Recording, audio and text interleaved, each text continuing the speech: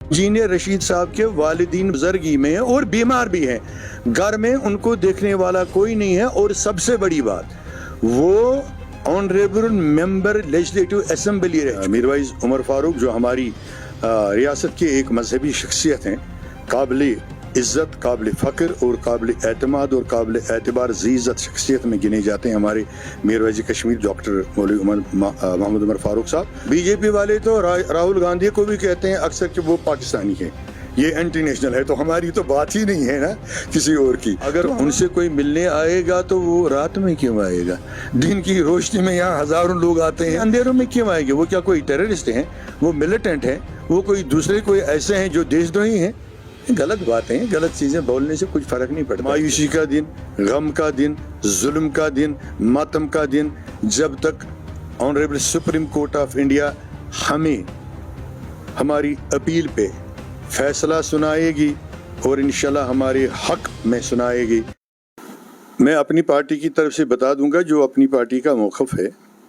हमारे सरबरा जनाब सैयद मोहम्मद अल्ताफ़ बुखारी साहब रोज़ अव्वल से ही, जब हमारी अपनी पार्टी बनी भी नहीं थी, तब से ये मुतालबा करते आ रहे हैं कि सियासी कैदियों को रहा किया जाए।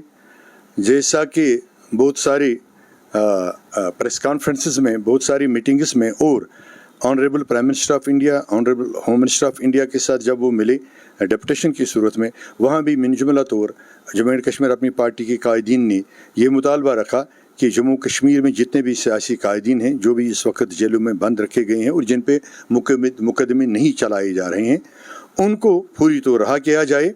इसलिए मीरवाइज़ उमर फारूक जो हमारी रियासत के एक मजहबी शख्सियत हैं, काबिल इज़्ज़त, काबिल फ़ख्र और काबिल एतमाद और काबिल एतबार ज़ी-इज़्ज़त शख्सियत में गिने जाते हैं हमारे मीरवाइज़ कश्मीर डॉक्टर मौलवी मोहम्मद उमर फारूक साहब।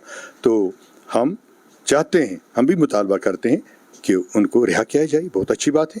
इससे पहले हमने अब बीजेपी वाले क्या कहते हैं, वो क्या कहेंगे, वो उनकी अपनी मर्जी है। हमारी पार्टी अपना नस्बुल ऐन रखती है, अपना एक प्रोग्राम रखती है, अपना एक नज़रिया रखती है। हमारा नज़रिया यही है। बीजेपी वाले तो राहुल गांधी को भी कहते हैं अक्सर कि वो पाकिस्तानी है, ये एंटी नेशनल है, तो हमारी तो बात ही नहीं है ना किसी और की। तो हमारा यही है कि जितने भी जम्मू कश्मीर के लोग सियासी कायदीन बंद है, उनको रहा किया जाए। सैकड़ों की तादाद में, मैं सैकड़ों का नाम कहाँ याद रखूंगा? थोड़ी में एक है तो मैं बताऊंगा, दो है तो मैं बताऊंगा, सैकड़ों बंद है।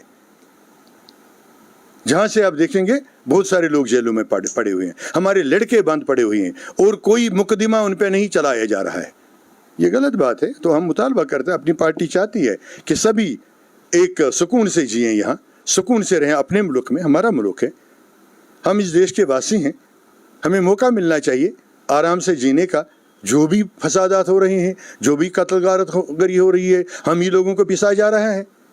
इसलिए हम चाहते हैं यहाँ अमन हो, भाईचारा हो, ये फसादात ना हो, कत्लगारतगरी ना हो, इंसानियत मजरू ना हो, सुकून से चैन से सारे लोग इकट्ठे रहें। जहाँ सारे सियासी लीडरों के लिए हमारे सदर मोहतरम जनाब सैयद मोहम्मद अल्ताफ़ बुखारी साहब ने अपील की है मुल्क के प्राइम मिनिस्टर, मुल्क के होम मिनिस्टर से कि उनको रिहा किया जाए, वहाँ उन्होंने नाम लेकर इंजीनियर रशीद साहब की रिहाई की भी अपील की है, क्योंकि इंजीनियर रशीद साहब के वालिदीन बुजुर्गी में और बीमार भी हैं, घर में उनको देखने वाला कोई नहीं है। और सबसे बड़ी बात, वो ऑनरेबल मेंबर लेजिस्लेटिव असेंबली रह चुके हैं, जहां उन जैसे लोगों को बख्शा नहीं जाएगा या उनके लिए बात नहीं की जाएगी।